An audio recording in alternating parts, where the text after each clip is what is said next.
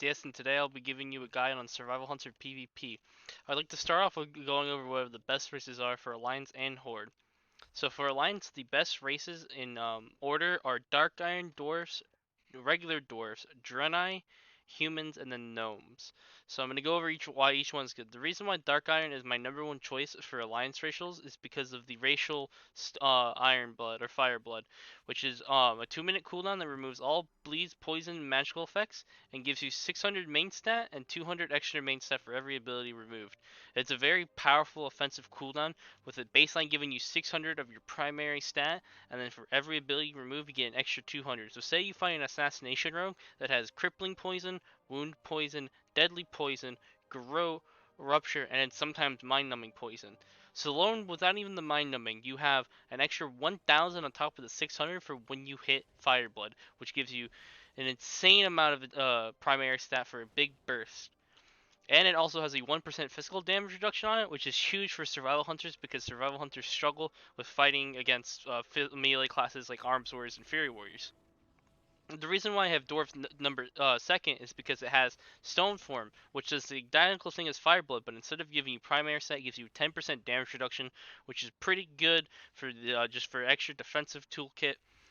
And following that, I have Draenei because it gives you about 70 main stat and gives you a nice little heal. Gift of the Naru, 3-minute cooldown, lasts for 5 seconds and heals you for 20% of your HP over those 5 seconds, which is a really good healing defensive. It essentially stabilizes your health for 5 seconds and lets you try to hold off a cooldown. And then I have Gnome and Human at the same rank because Human has the racial Every Man for Himself, which is a 3-minute cooldown, as you can see here, removes all stuns effects, and it shares a similar cooldown with other effects like it. Like, so if you are playing normal Trinket, when you hit Every Man for Himself, it puts Trinket on a 90-second cooldown like this, puts it on a 1.5-minute cooldown, and if you hit Trinket, it does the same for Every Man for Himself. And then Gnome is good because it has the extra root break of Escape Artist, 1-minute cooldown, gets you out of the snare and root, and it also has 1% haste racial tied to it. Now the best racials for Horde are Orc, Troll, and Belf. The reason why Orc is the best race for Horde PvP is because there's a 20% stun reduction. So say you're getting full kitty by an assassination rogue, which is typically 6 seconds, but if you're an Orc, it's only 4.5 seconds, giving you much more time to be able to like frisk sitting in stuns as opposed to having to instantly use something because you know you won't survive. I have Troll as my #2 because of the racial berserking.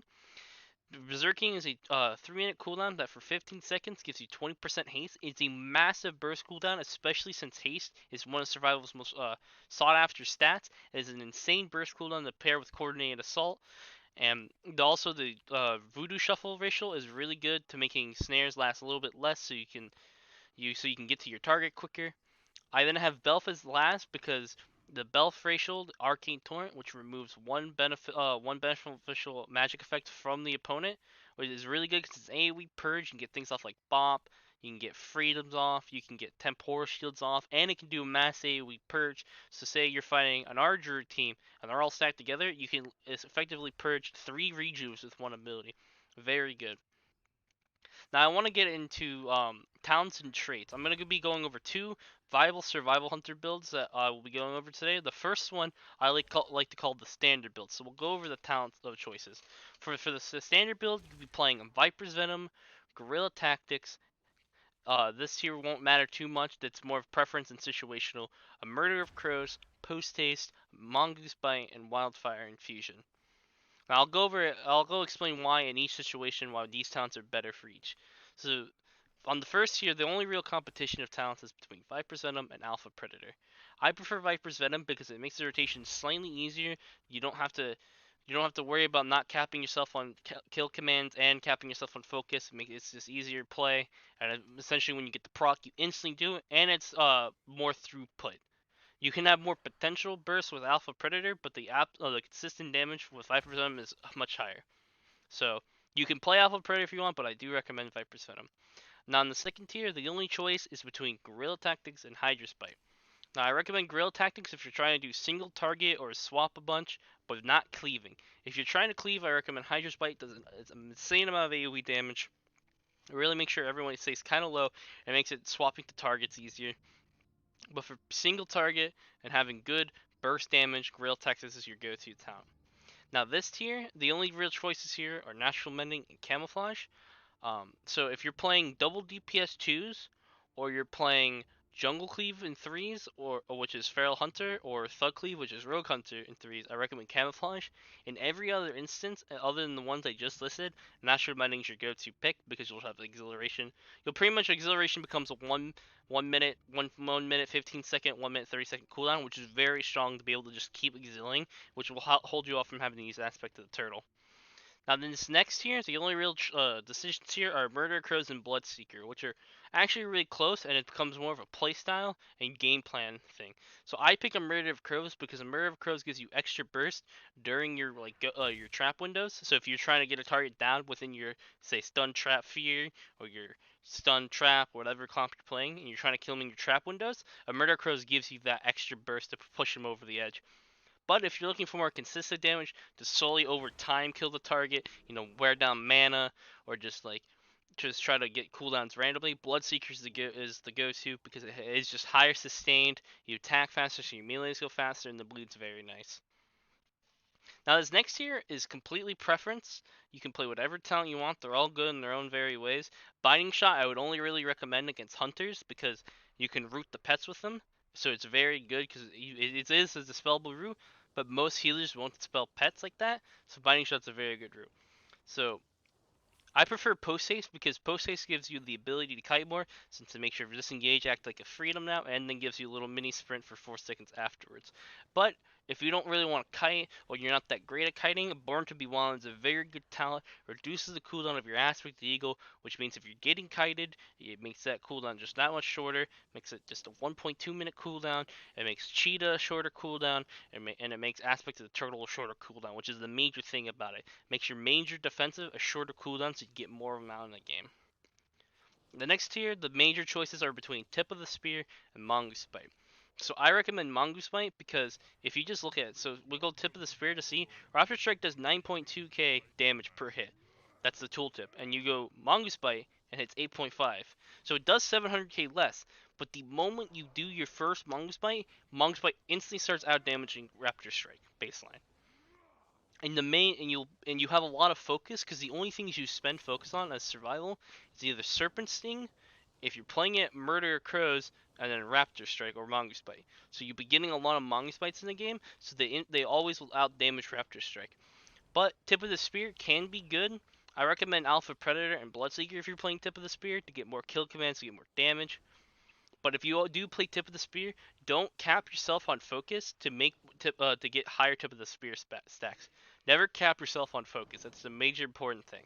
So I recommend Mongoose Bite, but Tip of the Spear is just as viable. And this last tier, all three of these talents have their own unique situations. These two are more viable, but for right now, we'll only be talking about these two because this one's part of a different build we'll talk about later. So Wildfire Infusion in this build is the go-to talent. What it does is it changes your Wildfire Bombs to do something different on a random chance. So they'll give you a Shrapple Bomb that whenever you Mongoose Bite, it applies a bleed that can stack up to 3 times. Pheromone Bomb makes your kill command have 100% chance to reset when you hit a target with a Pheromone Bomb on. And then Volatile Bomb does an extra little damage and refreshes your Serpent Sting if one is applied. So that's a really good talent. Now, there are weird niche situations where you can go Chakrams. Say you're trying to kite a lot and not be in melee range. You can play Chakrams to just get a little extra damage. Or say you're fighting against a Frost Mage, or you're trying to sit on a pillar and dampen somebody. This talent could be good too as well. I recommend this talent only really in 2s, but it could have niche usings in 3s. So the other build I want to go over right now is I want to go over the Blur of Talons build. So the Blur of Talons build, you go Alpha Predator, Bloodseeker, and Bird of Prey. So what you do with this build is your main goal is to stack 3 of this trait, 3 of Blur of Talons, which is during your coordinated assault, Mongoose Bite increases your agility by 124 and your speed by 48 for 6 seconds, stacking up to 5 times. So what your goal is with this build is to have 3 of these traits at most, 2 at minimum to make this build feel good. And your goal is to make your burst windows very, very strong. So you play Bird of Prey, which is every time you Mongoose Bite, it extends coordinated assault by 1.5 seconds. So the 2 talents The trait and the talent work in tandem to help get you bigger burst windows. Alpha Predator so you have more focus for these burst windows. And the reason why I say Bloodseeker with this build is you do not want to waste focus on crows during this. So when you're playing the spec, when you're in your coordinated assault, you want to try to not waste any focus as if you can. You want to try to keep as much focus you can for serpent, like for mongoose bite. So if you're at 20 focus and your Blur of Talon stacks are about to fall, you do not want to hit serpenting even if it's not on target. You would rather hit mongoose bite. So that's why I recommend Blood Seeker with this build. But overall, I think the more efficient build and the easier to build play is this one right here: a Murder Crows, Viper's Venom, Guerrilla Tactics, Mongoose Bite, and Wildfire Infusion. Now we'll go over PvP talents. So what I recommend for PvP talents is that if you're any race but human, I recommend playing the Gliders Medallion as your trinket slot. But if you are playing human, I recommend Relentless. The reason why I recommend Relentless is the whole point of why human was really good and double trinket human was really good in Legion was that they had such a short cooldown with each other. It was a 30-second cooldown, so you and essentially in a 1-minute game, if you trinketed instantly, you would have another one up halfway through that game, which is really strong. But Blizzard has nerfed it to be a 3-minute cooldown and to put the other trinket on a 90-second cooldown, effectively making the game have to last almost 2 to 3 minutes to get both trinkets off, which isn't really that reliable, especially as a hunter. So I go Relentless because all you really need is the human trinket to make sure you got off a major cooldown like Turtle or a Gazelle. There are situations where you can play Trinket if you're not going to be the main kill target and you want Trinket out, say something like a Polymorph or Fear to get the kill, then that's the situations I'd play Trinket. But for the most part, you play Trinket as every other race but human, and as human you'll play Relentless. Now we'll go over the major PvP talents you're playing. So the major PvP talents you'll be using will be Roar Sacrifice, Diamond Ice, High Explosive Trap, Survival Tactics, Spider Sting, Dragon Scale Armor, Mending Bandage, and Tracker's Net. So for right now, the talents I have selected are mainly for 2v2 with double DPS and 1v1s, which is Roar of Sacrifice, Mending Bandage, and Tracker's Net. The Tracker's Mending Bandage is really good against Assassin Rogues and Feral Druids because they are a bleed class and a lot of their damage comes from their bleed. Their rotation is based around their bleeds. So removing like a fresh rupture or a fresh rip really devastates the class, especially for Feral Druids since they usually play the talent Blood Talents, which increases the next melee attack they do by 25%, and they have to spend combo points to get it, so it really ruins their rotation, really gimps their damage. But if you're not fighting one of those and you need to switch an honor talent, this would be the one. So if you're fighting a caster, say as a mage, or let's say if you're fighting a mage, I recommend Spider Sting. It will shut down the mage. If the mage is orbing and you Spider Sting when they're trying to get a polycast, the orb will trigger the Spider Sting and silence the mage so they can't get the cast. But if you're fighting something like a Shadow Priest, Warlock, or Moonkin, I recommend Survival Tactics. Now, also if you're fighting a Shadow Priest, Moonkin, or Warlock, I also recommend not playing Roar Sacrifice if you can help it unless they're playing with a Rogue. That was the only time I would play Roar Sacrifice against those classes if they were a Rogue. If not, I recommend going Dragon Scale Armor. The reason why I recommend this is because you don't want your pet dying too often that you have to keep using your pet res and wasting time trying to run away and make sure you get it. So you just take away that extra ability for your pet to be being killed since Roar Sacrifice makes your pet take 20% of the damage that on the target it does it on. And then, so if you are fighting those comps, you can just instead get rid of Tracker's Net if you want to play Dragon Scale and Survival Tactics. If you're fighting double melee cleaves, or if you're on Blade's Edge or Blade's Edge, you could play High Explosive Trap instead of Mending Bandage. It's really good to spread get the melee off you, or if you're on Blade's Edge to knock people off. And I recommend, and then also Diamond Ice is really strong if you're going healers and you want to trap DPS, or if you're fighting Demon Hunters with the ability Reverse Magic, which essentially just dispels all magic effects on a target within the 5-yard radius of the Demon Hunter. So it's really good to guarantee your trap goes. There will be smaller goes, but the goes will be guaranteed every 30 seconds. And Tracker's Net, I usually try to play with Tracker's Net as much as I can because Tracker's Net helps a lot, especially if you're playing with a disc. You can root the healer so the disc can get to them faster for fear, or you can root the target to make sure you have something to trap out of. Say you're fighting a Discipline Priest or a Resto Shaman, or say even a Mistweaver Monk, and you know they have poor Premonition or Grounding, you can root them and then trap them without having to use your Harpoon, so you never get out of melee range of your target. So those are all the talents. Now the traits I'll be going over, there'll be 2 sets of traits. There'll be traits for the standard build like this, and the traits for the build of this build.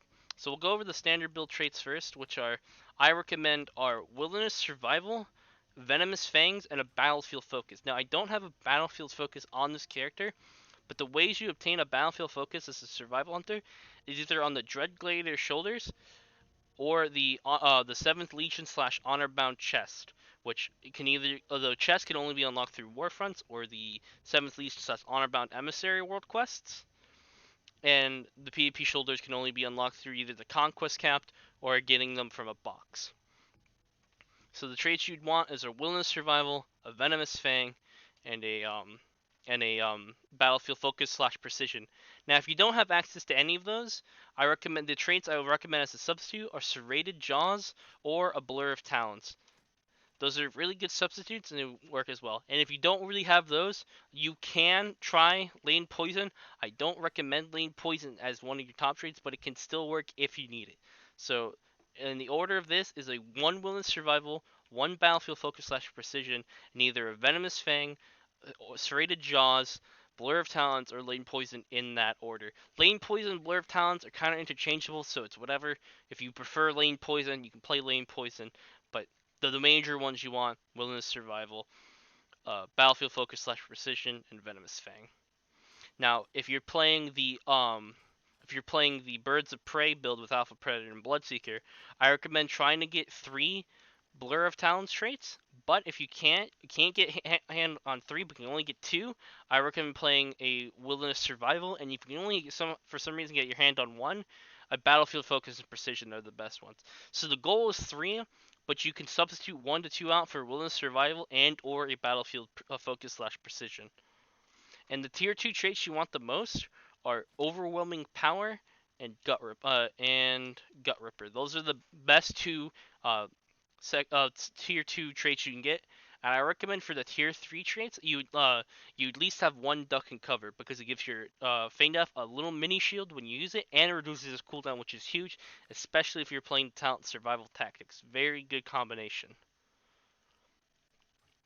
So that was all the talents and all the traits we'll be going. Now I'll be going over the stat priority for Survival Hunters and the enchants you'd want to use.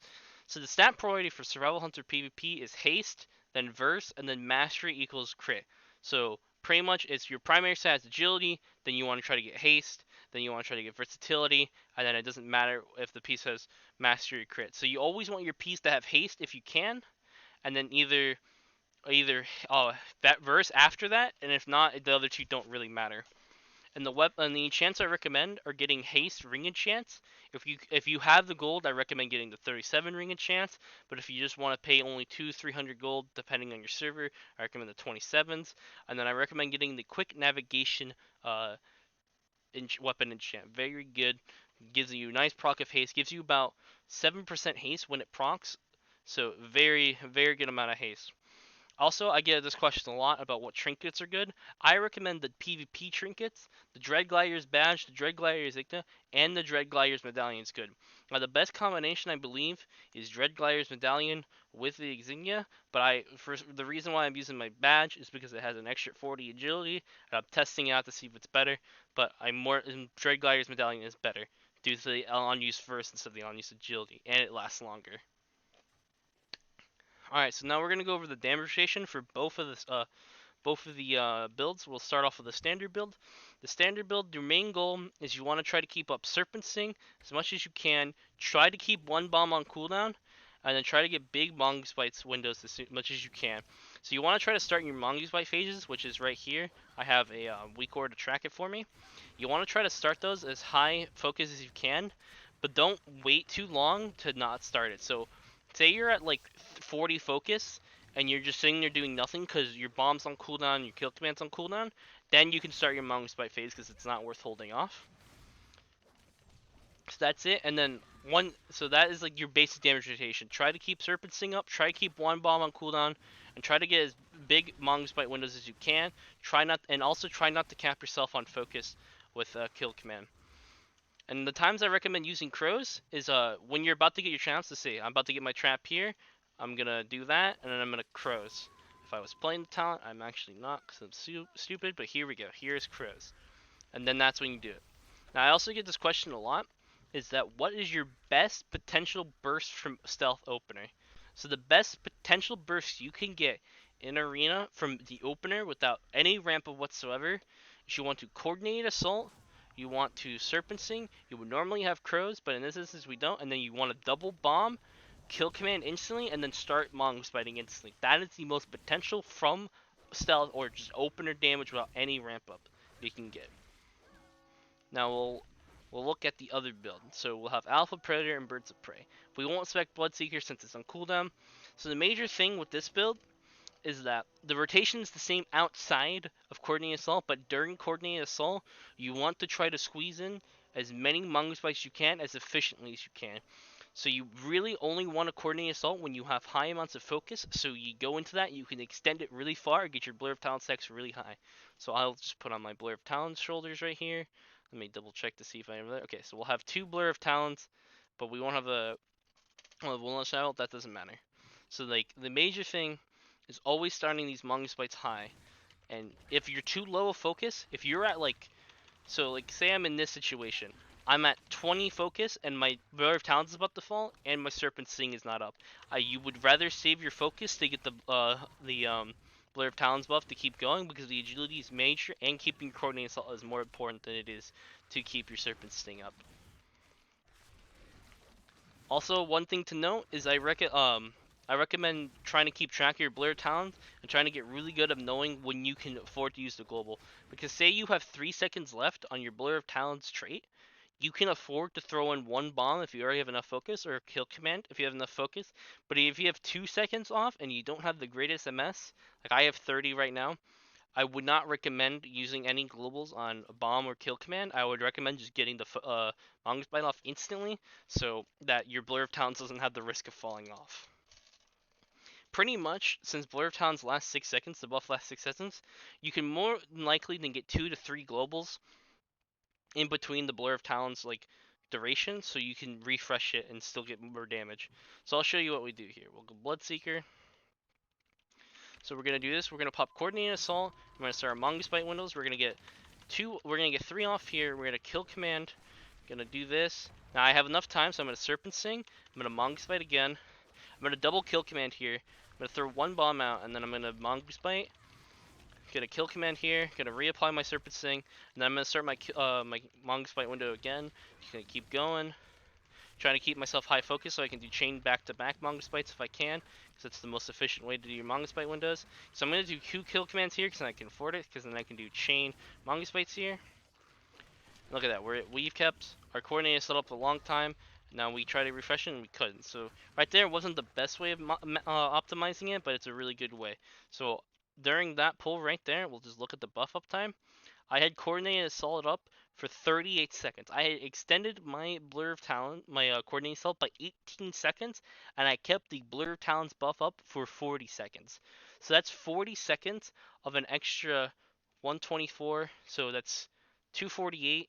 So about an extra like a lot of extra agility. I can't do the math right now, but you keep up that buff for 40 seconds on top of doing 20% more damage. You're going to do a lot of damage during your burst, but the damage outside of it is kind of lackluster if you are running the 3 Blur of Talons traits. If you have 1 Wilderness Survival or 1 extra random trait, your little outside of burst potential is still there, but for the most part, your damage is confined to your burst window. So that's why I recommend the standard build, the Wildfire Infusion, the Crows, and the Viper's Venom.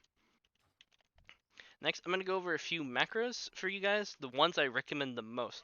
So these are the macros that I think are the most important for a survival hunter to use. So the first macro I recommend is a Focus Harpoon macro. So the thing about the Focus Harpoon macro is so the reason why I recommend it is because it helps you kite more and it helps you get trapped. So say you're doing 2v2 and you're playing with a Disc Priest, which doesn't have anything, he doesn't have an ability you can stun out of. So trapping is all yourself. So say you're not playing Tracker's Net, we'll just spec out of it so we don't have the illusion that we have it. We'll go high explosive. So say I want to go land a trap on that target. And so instead of having to target and click him, and I'm fighting this guy. So instead of having to target and then harpoon to him, I can just focus, harpoon, drop the trap, and then just keep going. So it's very good, and it's also really good to use because it helps you kite. So say you're fighting a arms warrior. Say this is the arms warrior right here. Well, this is the arms warrior. So, I want to get away. So I disengage freedom. He gives back to me. I drop a snare trap and then a knock trap. And then he leaps to me. When he leaps back to me, I can harpoon and I've completely kited him. And he has no more mobility unless he's playing double time. So it helps you like get away from running. So say you're kiting the guy forever, and you harpoon away from him. So he has to either use a mobility or he's just not going to get back to you for a decent bit. The other macros I recommend is a freezing trap macro, which is just slash cast at cursor freezing trap. So what this macro does is normally when you play freezing trap, you have this little cursor, and then you have to click to throw it. What this macro is, we'll just put it on our bars. You hit it, and it instantly throws it to wherever your cursor is. It puts it right at the tip of the pointer if you can't see. So it makes it easier. I do this with all my traps. I do it with my freezing trap. I do it with my high explosive trap, and I do it with my tar trap. So it's very, very useful. So like I'll put my cursor right on the base of that. The tar trap will get thrown right to the base, and it'll pronk around them. It's very useful. Other macros are focus muzzle macros, which is just a focus kick macro. One of the ones I think is kind of underrated that I don't feel like people use, and it kind of condenses keybinds, is a mouse over exists macro for mending bandage. Now what this does is that if I have a target or I'm not moused over anything, it will mending bandage my target or myself. So say I'm targeting myself right now, when I mending bandage, it will do it to me. But when I have a mouse over target, it will do it to that mouse over target. So even if I'm targeting myself, let me see if I can find a player real quick to demonstrate exactly how this macro works. Let me fly over to the main part of the city just to show exactly how this macro works. Oh, I can do it to NPCs, I believe. So say I'm targeting myself, but I want to mending bandage this guy. I just mouse over him on either his raid frame or his actual character, and I mending bandage him, and it'll put and then hit the button, and it'll do it to him. So that's one of the macros I recommend if you don't want to have multiple mending bandages for yourself, for your partner, and then for your other partner. It makes it easier. The other macro I recommend is focus kill command and a pet focus attack macro. The reason why I recommend this is because it makes stunning healers on focus easier. So say you're attacking this guy and you want to go stun trap the healer. You do your focus kill command at him, and then you can put your target back, and then you can just throw the trap off the stun, and there you go. So you can have a focus attack macro with a kill command, or you can just have a normal one, which is just slash pet attack focus. I recommend. The last macros I recommend are Roar Sacrifice macros and Freedom macros. Now what these are is that it'll do what you do for the self macros is you put slash cast at player, either Roar Sacrifice or Master's Call, which makes it to where it will only ever Master's Call you or Roar Sack yourself, no matter what setting you are, raid group, instance group, party, solo, will always do it to you. And then I recommend having it for your the Roar Sack and freedom macros for your healer and DPS. Very, very useful just so you don't have to target them and do it. You can just instantly just do it and then just keep playing so you're not focused. I don't recommend mouse over macros because they it takes more time. You have to like the only reason why I recommend with mending bandage is for the most part you're gonna be kind of channeling mending bandage. But for Roar Sack and Freedom, I recommend you try to put names in, but you can do mouse over. I don't really highly recommend it. So those are all the most important macros. Also, actually to note, I just saw since I just saw this, I recommend having a trinket turtle macro. So what this will do is that if you're in a stun, say you're fighting a sub rogue, this happens to me a lot in Legion, and it's the whole reason why I got this macro. It's because in Legion, so say you're fighting a sub rogue and he cheap shots you, and you want a trinket, so you manually hit trinket and you try to hit the turtle, and you get stunned on it, and then you just die because you didn't get your turtle off, or you have to use more because you couldn't get your turtle off. What this macro does is that in the same global that you hit your trinket, you also hit aspect the turtle. If you're a human, I recommend having every man for himself. But if you're any other race and you don't have that, I recommend using a aspect of the turtle. Oh no, that's not the right macro. This one, slash cast honorable medallion, which is just the baseline of what this is called. So gladiator's medallion, honorable medallion's like the baseline, so it'll always work. And that's pretty much it for macros. You can also focus trackers, net macros, very important. Other than that, those are pretty much the major macros I recommend. Now I'm going to go over some of the comps you can run as a survival hunter in both 2v2 and 3v3. So we'll start with 2v2. I will the best comp you can queue and to use obviously is hunter healer. So I would go over the best healers in 2v2 for hunters and rank them from first to last. So the best healer you have is Resto Druid because it has short cooldowns in twos. Like Ironbark is a very short cooldown. It has Thorns against melee, so melee can't just willy-nilly hit into you. They'll be killing themselves. They have Cyclone, which is a very good CC. It's spammable. It essentially pauses the character in place for 6 seconds. It's very strong, and it has Bash as well for extra CC, and it's pretty self-sustaining. I then recommend a Resto Shaman. Now, Resto Shaman doesn't have as much CC for a hunter, but it has a purge. It has its own self-sustainability. It can Tremor out of fears. It has a lot of offensive and defensive potential. And then I recommend Discipline Priest because Discipline Priest brings along the fear. Psychic Extreme, very good CC to chain off with a trap, and it also has damage, which is really good. It helps get more, helps end games quicker. And then it goes Holy Paladin because Holy Paladin brings a lot of immunities like Blessing of Sacrifice and Blessing of Protection, which kind of save you from death, especially against melee. And it has Freedom as well, and it has Hodge, and it does decent damage if it's playing Avenging Crusader. Then I goes Mistweaver because Mistweaver is almost like a Holy Pally. It has a Way of the Crane, which plays like Avenging Crusader. It has a 5% physical damage buff, but it has a lot of HPS in short game. But it goes really fast, and it doesn't have much CC because it's 2 CCs or CCs you already have, which is Incapacitate and Leg Sweep, which is essentially just Trap and Intimidation, except Leg Sweep's AoE, so it's kind of good if people are stacking. And then the last healer, of course, is Holy Priest. I wouldn't really recommend playing with a Holy Priest. They just don't really heal. They don't do much. They're not great.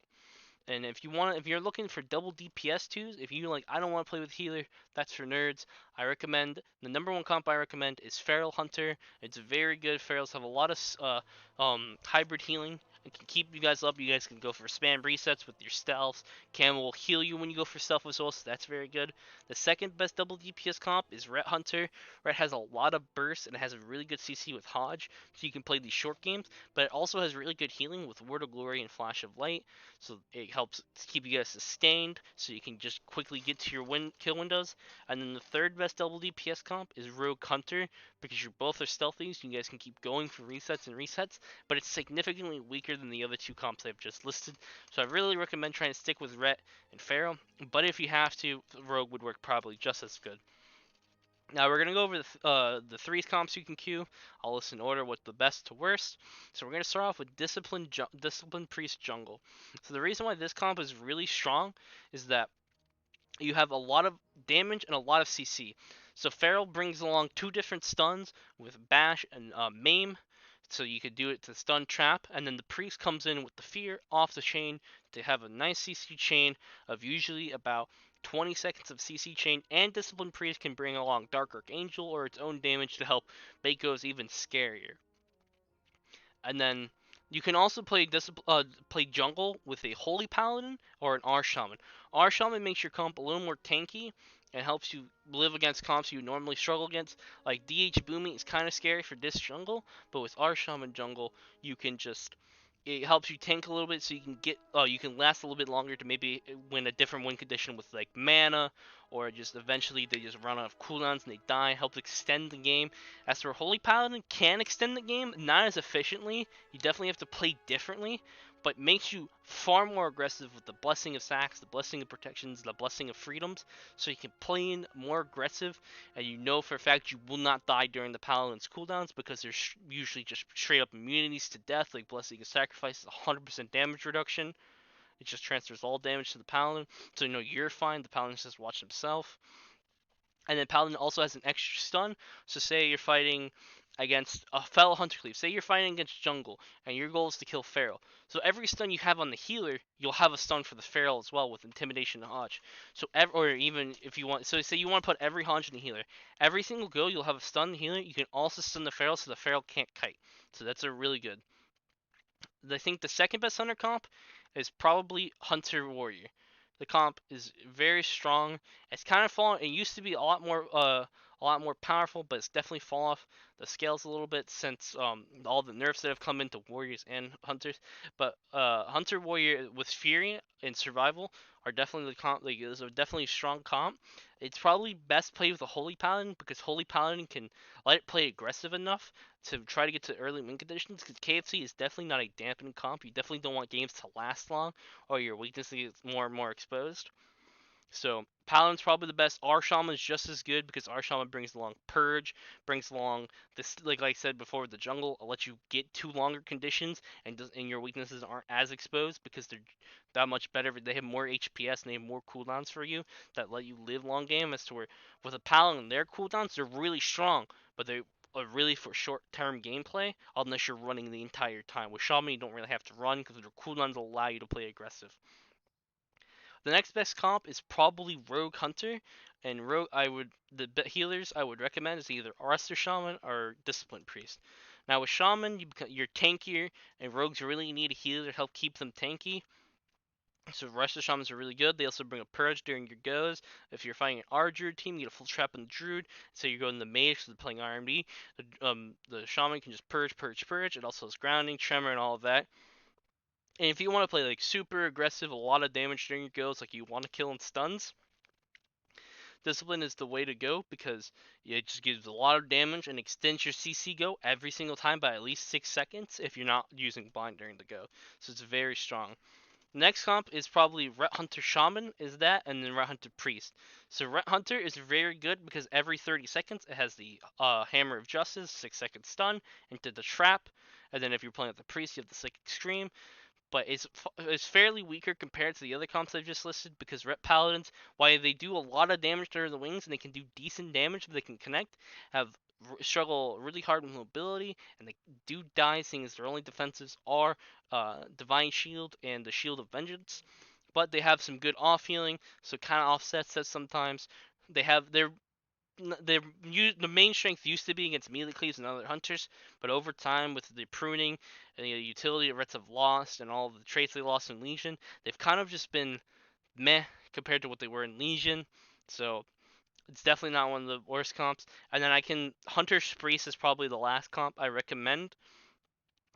Has really good CC since Priest now has a Psychic Horror Stun, it has Psychic Scream and Silence, and brings a lot more CC and it does decent damage, so that comp is pretty decent.